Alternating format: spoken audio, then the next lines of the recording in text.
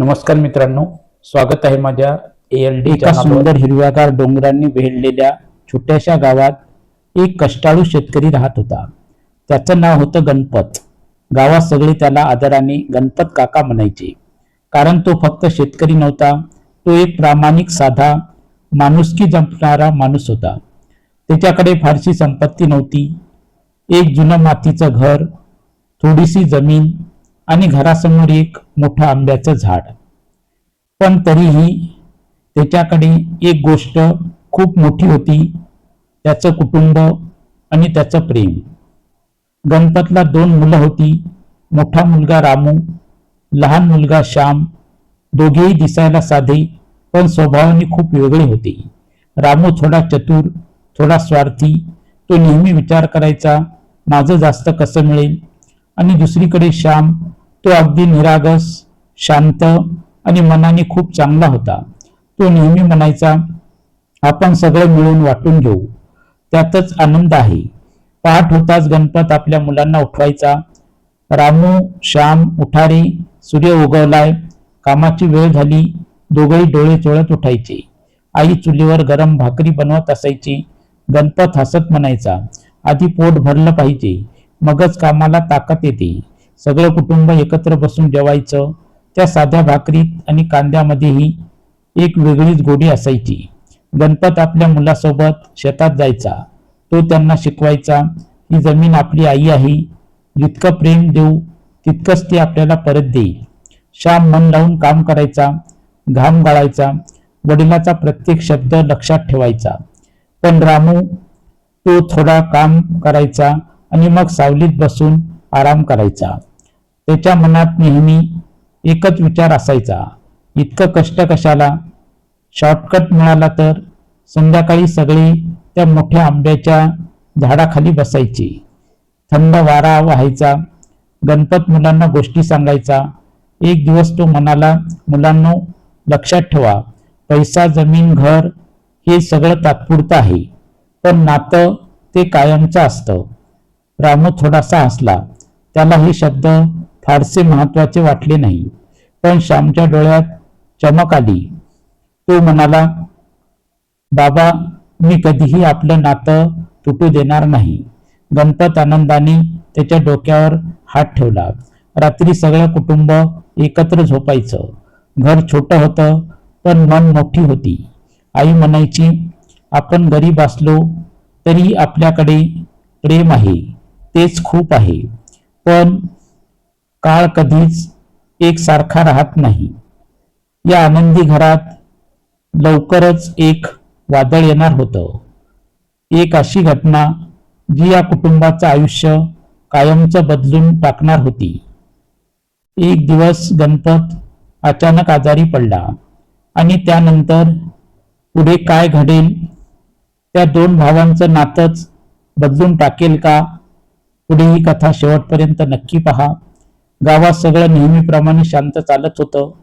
सकाळी पक्ष्यांचा आवाज, शेतात काम, संध्याकाळी आंब्याच्या झाडाखाली गप्पा. पण एक दिवस अचानक सगळं बदललं.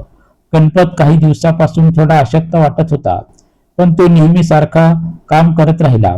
श्याम म्हणाला, बाबा, तुम्ही थोडं विश्रांती घ्या ना.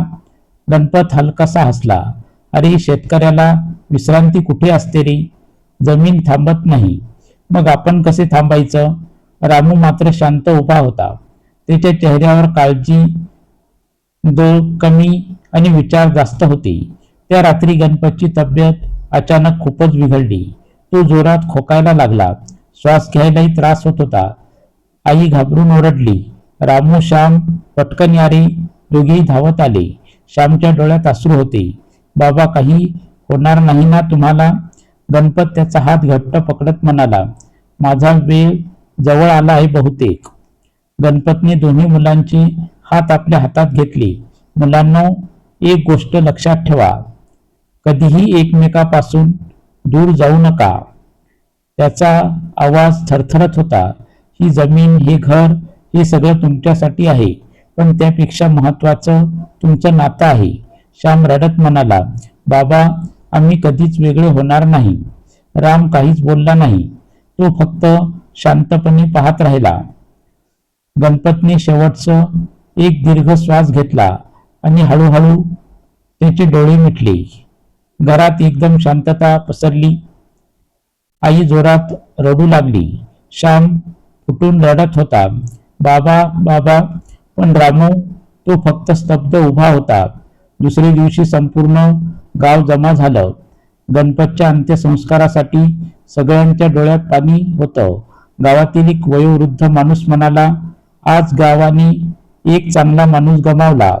काही दिवस घरात शांतता होती. ना हसणं, ना गप्पा, ना आंब्याच्या झाडाखाली गोष्टी, फक्त आठवणी आणि रिकामपण. श्याम रोज त्या झाडाखाली बसायचा आणि स्वतःशीच म्हणायचा, बाबा तुम्ही परत या ना. पण काळ जसजसा पुढे गेला तसतसं एक नवीन प्रश्न उभा राहिला. आता संपत्तीची वाटणी कशी करायची? रामू एक दिवस म्हणाला, श्याम आता आपण सगळं नीट वाटून घ्यायला हवं. श्याम निरागसपणे म्हणाला, हो भाऊ, तू मोठा आहेस, तू जे सांगशील ते मला मान्य आहे. रामूच्या चेहऱ्यावर हलकसं स्मित आलं. हो, मी सगळं नीट करतो. पण त्या स्मितामागे एक वेगळीच योजना होती, लोभाची, स्वार्थाची. आणि त्या योजनेने दोन भावांचं नातं तुटण्याच्या मार्गावर नेलं. रामूने वाटणी करायला सुरुवात केली. पण ती वाटणी न्यायाची असेल का? किती होती एका चालाक खेळी ज्यात श्यामचं सर्वस्व जाणार होतं? गणपत गेल्यानंतर घरात एक विचित्र शांतता पसरली होती. जणू त्या घराचा आत्माच हरवला होता. आंब्याचं झाडही आज शांत उभं होतं. जिथे कधी हशा ऐकू यायचा तिथे आता फक्त वाऱ्यांचा आवाज येत होता. त्या दिवशी रामूने श्यामला हाक मारली, श्याम ये जरा बोलायचं आहे. श्याम लगेच आला. त्याच्या चेहऱ्यावर अजूनही निरागस विश्वास होता. हो भाऊ, सांग ना. रामू थोडा गंभीर झाला, पण त्याच्या डोळ्यात एक वेगळीच चमक होती. आता बाबा नाही, आपण आपलं आयुष्य वेगळं उभं करायला हवं. श्याम शांतपणे मान हलवतो. हो, पण आपण एकत्रच राहू ना. रामू काही क्षण थांबला आणि मग म्हणाला, एकत्र पण वेगळं. समजलं? श्यामला ते पूर्णपणे समजलं नाही, पण त्याने काही विचारलं नाही. रामूच्या घराच्या मध्ये उभा राहिला. चल वाटणी सुरू करूया. त्याचा आवाज शांत होता, पण त्यामागे एक थंडपणा होता. पहिली वाटणी घर. रामू म्हणाला, हे घर 2 भागात वाटूया. तो पुढे म्हणाला, घराचा आतला भाग जिथे चूल आहे, खोल्या आहेत, तो मी घेतो.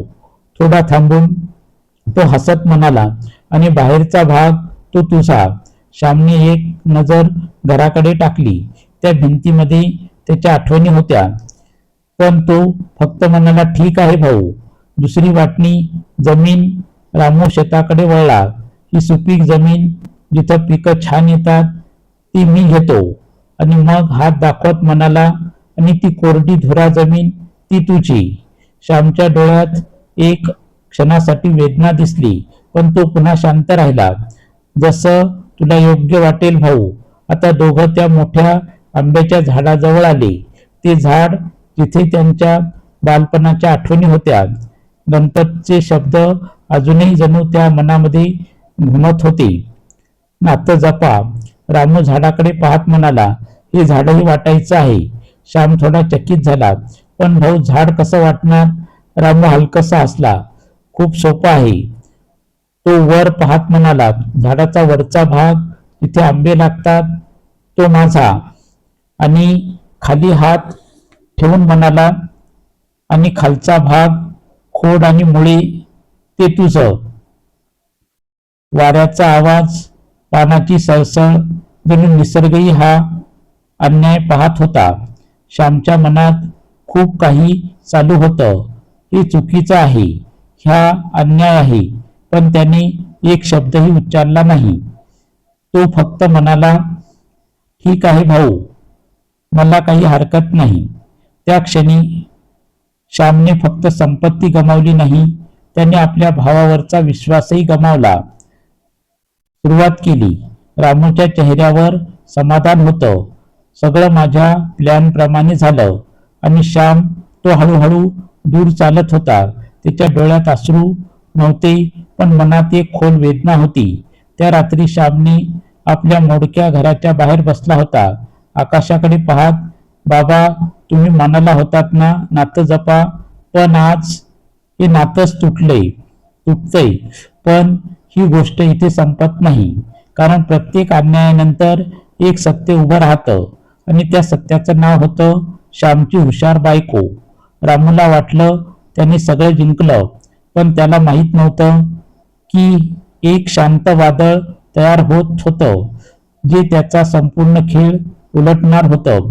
रात्र गडद झाली होती, आकाशात चंद्र होता, पण श्यामच्या आयुष्यात मात्र अंधारच अंधार होता. श्याम त्या मोडक्या घराच्या बाहेर शांतपणे बसला होता. त्याच्या हातात माती होती, डोळे आकाशाकडे. बाबा, मी काही चुकीचं केलं का? मी फक्त विश्वास ठेवला आणि सगळं गमावलं. त्याचा आवाज थरथरत होता. घरात त्याची बायको सीता चुलीजवळ बसली होती.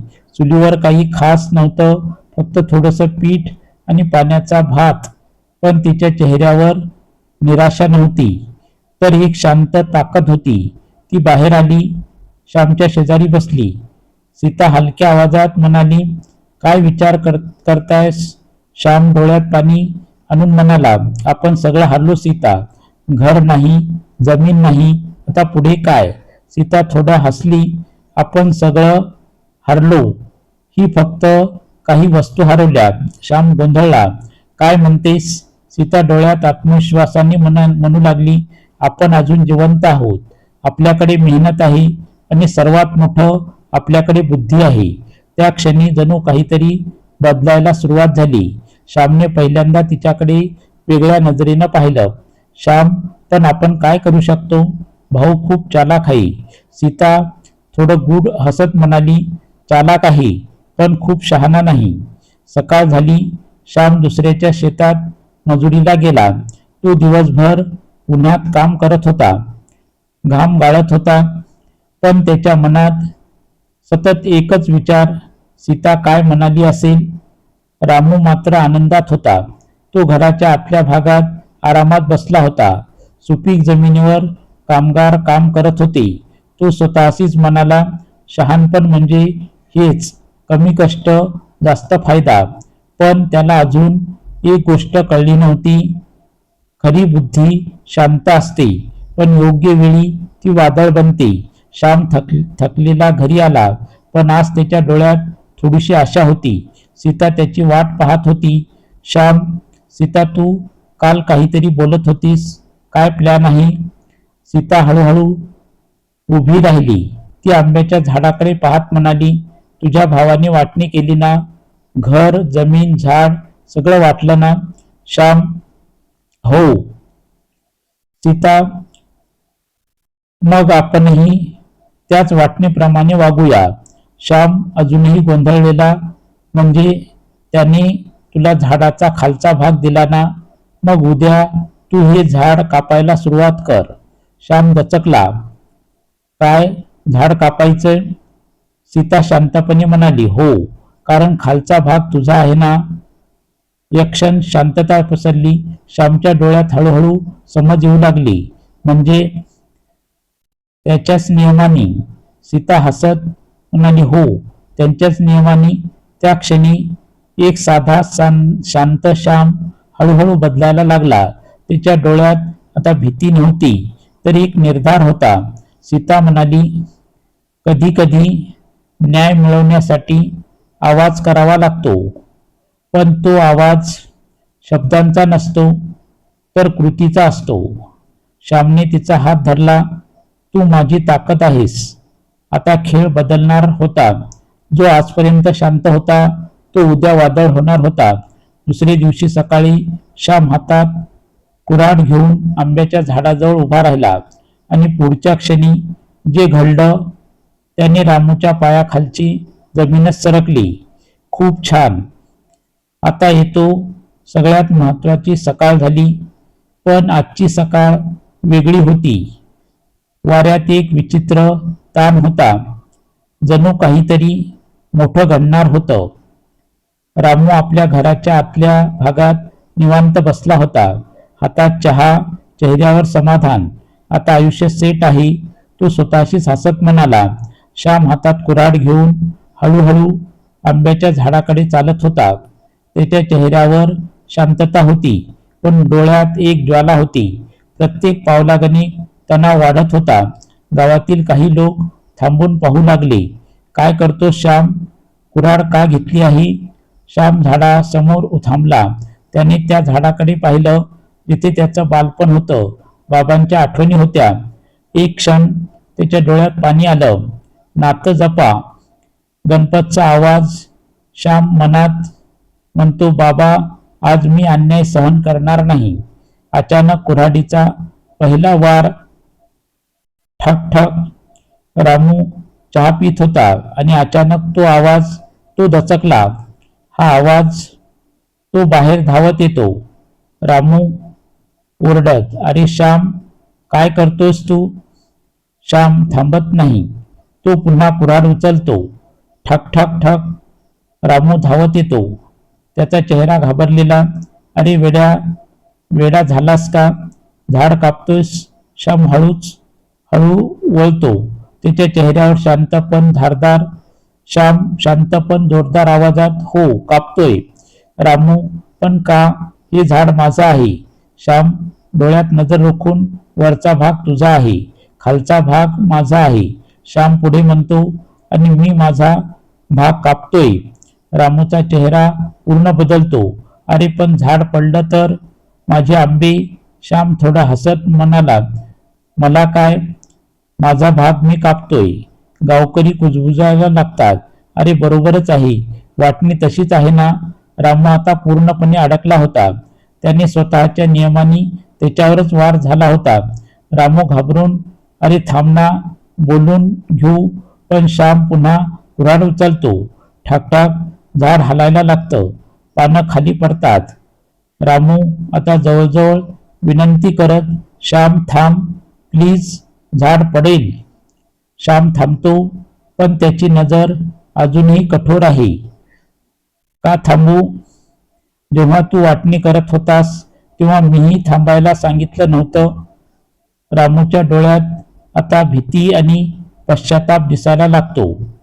जेव्हा अन्याय शांतपणे सहन केला जातो तेव्हा तो वाढतो, पण जेव्हा त्याला उत्तर मिळतं तेव्हा तो कोसळतो.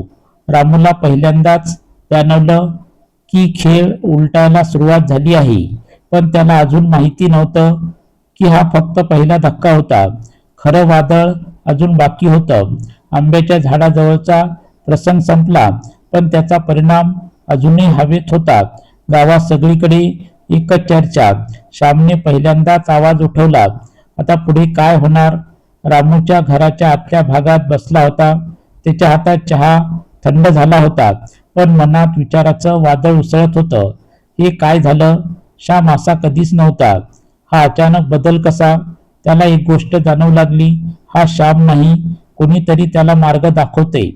त्या रात्री श्याम आणि सीता शांत बसली होती. घरात काहीच नव्हतं, पण त्यांच्या डोळ्यात आता आशा होती. श्याम, आज पहिल्यांदाच मला वाटलं की आपण काही करू शकतो. सीता हलका हसत, ही फक्त सुरुवात आहे, आता त्याला समजायला लागेल. सकाळ झाली. रामू अजूनही तणावात होता. तो बाहेर आला आणि अचानक त्याचे पाय थबकले. श्याम हातात हातोडा आणि फावडा घेऊन घराच्या बाहेरच्या भिंतीला तोडत होता. थडथड. रामू धावत, अरे श्याम, काय करतोयस तू? श्याम थांबतो. हळूच वळतो. श्याम शांत आवाजात, तोडतोय. रामू, घर तोडतोयस? वेड लागलंय का तुला? एक क्षण शांतता. श्याम डोळ्यात नजर रोखून, बाहेरचा भाग माझा आहे, मी तो तोडतोय. रामूचा चेहरा पांढरा पडला. अरे पण घर कोसळील. श्याम निर्विकार, मला काय, माझा भाग मी तोडतोय. गावकरी पुन्हा जमा होतात. अरे बरोबर आहे, वाटणी तशीच झाली ना? रामू पूर्णपणे कोलमडायला लागतो. रामू विनंती करतो, श्याम थांब, आपण बोलून घेऊ. श्याम पुन्हा हातोडा उचलतो. धडक धडक भिंतीचा एक भाग पडतो. धूळ उडते. रामूच्या डोळ्यात पाणी येतं. त्याला पहिल्यांदाच जाणवतं, मी काय केलं. नातं जपा. गणपतचा आवाज. रामू हळूहळू बसतो, डोकं हातात. मी माझ्याच भावाला फसवलं आणि आता सगळं गमावतोय. कधी कधी जी वेदना आपण दुसऱ्याला देतो तीच वेदना आपल्याला परत अनुभवावी लागते. तिच्या चेहऱ्यावर राग नव्हता, फक्त एक निर्धार होता. न्याय होत आहे. रामू आता पूर्णपणे तुटायला लागला होता. त्याचा अहंकार, त्याचा लोभ सगळं हळूहळू कोसळत होतं. आता रामूला समजायला लागलं होतं की त्याने केलेल्या प्रत्येक अन्यायाची किंमत मोजावी लागणार आहे. पण अजून एक शेवटचा धक्का बाकी होता, जो त्याला पूर्णपणे बदलून टाकणार होता. घर तुटलं होतं. आंब्याचं झाड अर्धवट जखमी होतं आणि आता रामूचं मनही तुटायला लागलं होतं. त्याच्या डोळ्यात आता राग नव्हता, फक्त पश्चाताप होता. मी काय केलं. मी सगळं मिळवायच्या नादात माझं घर उद्ध्वस्त केलं. श्याम आता बदलला होता. तो अजूनही शांत होता, पण आता तो कमकुवत नव्हता. जेव्हा सहनशील माणूस उभा राहतो तेव्हा त्याचा आवाज शब्दात नसतो, तो कृतीत असतो. सकाळ झाली. रामू थोडा अस्वस्थ होता. त्याच्या मनात भीती होती. आज काय होणार. श्याम हातात नागर आणि फावडा घेऊन त्या कोरड्या धुरा जमिनीकडे चालत होता. श्याम त्या जमिनीवर उभा राहिला. त्याने हातातली माती उचलली आणि ती पुन्हा खाली टाकली. श्याम शांत आवाजात, ही जमीन काही कामाची नाही. राम दुरून पाहतोय. म्हणून आज मी एक निर्णय घेतलाय. ही जमीन मी वाया घालवणार. रामू धावत येत, अरे काय बोलतोस तू. श्याम कठोर नजरेने, ही जमीन माझी आहे. मी काय करायचं ते मी ठरवेन. श्याम पुढे म्हणतो, मी इथे काही पेरणार नाही. मी ही जमीन पडीक ठेवणार. रामू घाबरून, अरे पण आपलं सगळं नुकसान होईल. श्याम डोळ्यात नजर रोखून, माझं आधीच झालंय. नातं जपा. गणपतचा आवाज. रामूच्या डोळ्यात अश्रू येतात. मी माझ्या भावाला फसवलं, त्याचं आयुष्य खराब केलं आणि आज मी स्वतः सगळं गमावतोय. श्याम, बस झालं. मला माफ कर. मी चुकीचं केलं. मी लोभ केला. पण आता मला सगळं समजलंय. श्याम शांत उभा राहतो. रामू रडत, तू जे काही म्हणशील ते मी करेन. फक्त हे सगळं थांबव. ती शांतपणे दोघांकडे पाहते. सीता हलक्या पण ताकदवान आवाजात, आता समजलं ना की अन्याय केल्यावर त्याचं फळ कसं मिळतं. रामू मान खाली घालतो. हो, मला समजलंय. अहंकार कितीही मोठा असला तरी सत्य त्याला वाकवतेच. आज रामू तुटला होता, पण त्या तुटण्यातूनच एक नवीन माणूस जन्माला येणार होता. आता प्रश्न होता, श्याम त्याला माफ करणार का. आता येतो आपल्या कथेचा सर्वात भावनिक आणि समाधान देणारा रहस्य. माफी आणि नात्याची खरी ताकद दिसणार आहे. सगळं थांबलं होतं. ना कुऱ्हाडीचा आवाज, ना भिंत कोसळण्याचा आवाज. फक्त 3 माणसं आणि त्यांच्यामधलं शांत जड वातावरण. रामूचे हात थरथरत होते. डोळ्यात अश्रू, चेहऱ्यावर पश्चाताप. श्याम, मला माफ कर. मी तुला फसवलं. मी भावाचं नातं विसरलो. मी फक्त स्वतःचा विचार केला. श्याम काहीच बोलत नव्हता. त्याच्या डोळ्यात एक खोल संघर्ष चालू होता. हा तोच भाऊ आहे ज्याच्यासोबत मी लहानाचा मोठा झालो, पण हाच भाऊ मला फसवणार आहे. नातं जपा. गणपतचा आवाज त्यांच्या मनात घुमू लागला. श्यामचे डोळे हळूहळू पाणावले. तो आकाशाकडे पाहतो. बाबा, मी काय करू. जणू काहीही तरी उत्तर. खरं बळ बदला घेण्यात नाही तर माफ करण्यात असतं. रामू अजूनही खाली मान घालून बसलेला. श्याम त्याच्या खांद्यावर हात ठेवतो. श्याम हळू आवाजात, उठ भाऊ. तू मला माफ केलंस. भाऊ, नातं तोडायला एक क्षण पुरतो, पण ते जोडायला मन लागावं लागतं. तू चुकलास, पण तू मान्य केलंस, म्हणून मी तुला माफ केलं. तिच्या चेहऱ्यावर समाधान होतं. सीता हसत, आता खरी वाटणी करा. दोघंही तिच्याकडे पाहतात. नवी वाटणी, न्याय आणि रामू आता सगळं समान वाटूया. घर दोघांचं, जमीन दोघांची, आंब्याचं झाड दोघांचं. जिथे लोभ होता तिथे आता प्रेम आलं, जिथे अन्याय होता तिथे आता न्याय झाला. दोघं भाऊ पुन्हा त्या झाडाखाली बसले. रामू, मी सगळं गमावलं असतं जर तू मला थांबवलं नसतंस. श्याम, मी तुला हरवलं नाही भाऊ, मी फक्त तुला परत मिळवलं. जणू गणपत कुठेतरी वरून हसत आहे. माझी मुलं आता खरंच मोठी झाली. लोभाने नातं तुटतं, पण माफीनं ते पुन्हा जुळतं. हुशारी म्हणजे फसवणं नाही, तर योग्य वेळी योग्य निर्णय घेणं आहे. खरी संपत्ती घरात नसते, ती नात्यामध्ये असते. तू मला हरवलंस असं वाटलं, पण खरं तर आपण दोघेही हरत होतो. आज आपण जिंकलो, कारण आपण पुन्हा एक झालो. जीवनात आपल्याला दोन गोष्टी नेहमी भेटतात, एक लोभ आणि दुसरं नातं. लोभ आपल्याला सांगतो सगळं स्वतःसाठी घे, पण नातं आपल्याला शिकवतं थोडं दे आणि खूप मिळव. रामूने लोभ निवडला आणि त्यांनी सगळं गमवायला सुरुवात केली. श्यामने संयम निवडला आणि शेवटी त्यांनी सगळं जिंकलं. पण या कथेची खरी नायिका होती सीता. तिने दाखवून दिलं, हुशारी म्हणजे आवाज करणे नाही, तर योग्य वेळी योग्य कृती करणे आहे.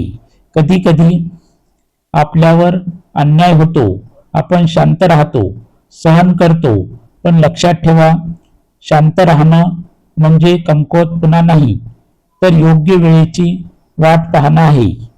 आणि जेव्हा ती योग्य वेळ येते तेव्हा एक साधा माणूसही वादळ बनतो.